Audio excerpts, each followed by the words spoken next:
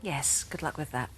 Now, imagine losing your baby and then not being able to mourn for him, knowing you should feel sad but not feeling upset, seeing people around you cry but not being able to shed any tears yourself. Well, that's what happened to Marjorie Nimis because of a rare condition called acute fatty liver of pregnancy. It not only killed one of her twin sons but nearly killed her as well. Marjorie joins us now along with consultant Patrick O'Brien from the University College Hospital in London, and welcome. Good morning. Both of you.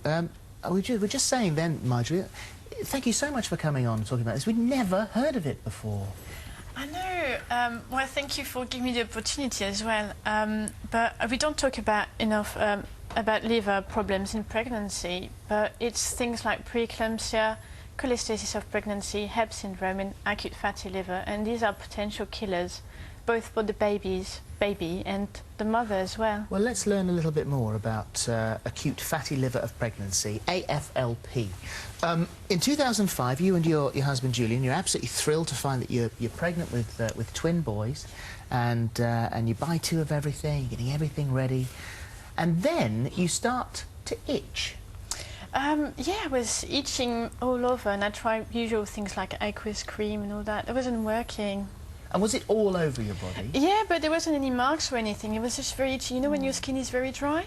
And it is one of the symptoms of pregnancy anyway. People do get that itchiness. Yes. So what does your midwife or GP say? That it was probably pressure on the liver because I was carrying 2 babies and they were quite big sized. Okay. And then you start to drink a lot of water. Yes, I don't drink much usually. I drink about 2 glasses of water a day. That's maximum. And I think towards the end I was drinking 10 litres. And wow. I was, 3 litres at night, so I wasn't getting much sleep. And up and down, having a wee and all that stuff. I was spending my life in the bathroom. Yes, and getting weaker, presumably, because you're washing goodness out of you. Yeah, and I was so tired because I couldn't get any sleep at night, so it was just taking its toll on me. And they checked you for diabetes, but yeah, the usual diabetes, what they call the sugar diabetes, but not the other one, the water diabetes. And then breathlessness, which again you'd expect, heavily pregnant. Indeed. You know, 32 weeks, 34 weeks, whatever you were. And then a Bell's palsy. The left side of your face was I woke paralysed. up one morning and one side of my face just wasn't responding, and I didn't worry much about it. I just, got a glass of water and went straight in the bath, and my husband panicked, but I was completely oblivious. And this was perhaps the beginnings of the... Yeah, feeling lethargic is one of the signs towards the end starting not to feel the reality around you. Okay. And then at 36 weeks, your waters broke. 37 weeks on the day, actually. My waters broke. We went to hospital, feeling quite happy that last it was the end, because I just couldn't take it anymore. And things started going from worse, going worse and worse. You were given a caesarean under full anaesthetic, so you weren't awake for the birth. Emergency. And at that point, they discovered that the babies were very ill themselves. You had a 50-50 chance of survival, and they realised that this was acute fatty liver of pregnancy, which does what to you?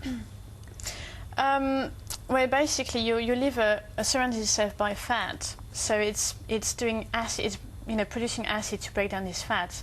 But this acid goes through the placenta, so that's why the babies were having problem. The hearts were stopping. It's attacking their hearts, their brains, and I was feeling really unwell, feeling out of it kind of experience, and I was feeling very lethargic, and that's the last step before the coma. Did you go into coma? No. I woke up from general, which was really good and lucky. I know some women who didn't wake up for 2 weeks. Wow, and it had attacked your heart, your brain. Yes. And the babies as well. And the boys, Sasha and Mika, they were taken off to special care. Yes, they were, because they both had to be resuscitated. Mika had spent quite a long time with oxygen because he was the smallest one, so his heart stopped beating first. So we knew from the start that he wouldn't make it. But they were good-sized babies. They were 3 kilos each. Being 3 weeks early, I think is really good size. Yes, really good. And sadly, you lost Mika. He died. Mika died when he was 6 days old, yes. And he was in your arms when he died? Yeah, they called my husband at home, told him that Mika had a really bad night. So he came to hospital and they brought him to me because I was still in bed. But I was feeling everything was so black and white. I knew it was my baby.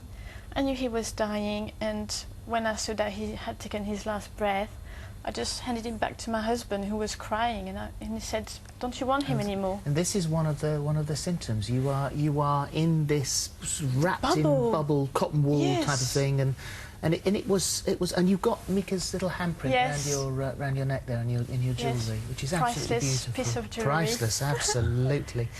and it was until you went home. It was.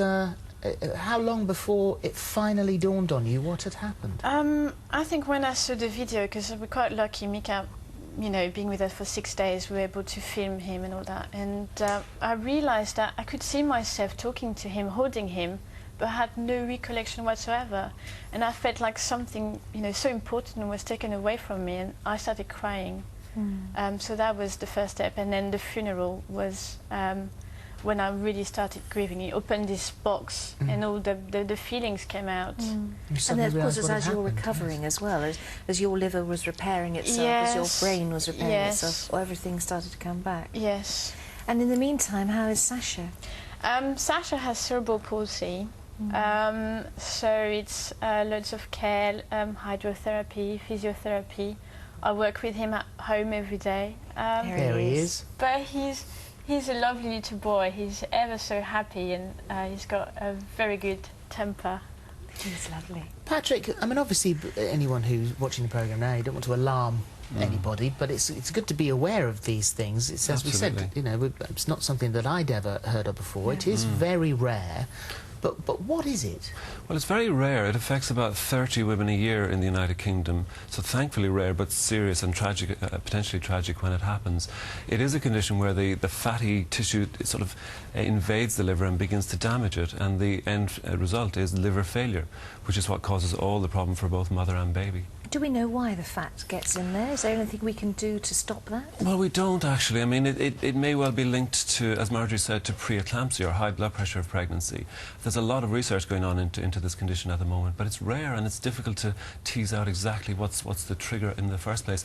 We know that it's commoner in women having twins, women having their first baby, where the baby's a boy, actually, is more common, but we don't quite know what's initiating it.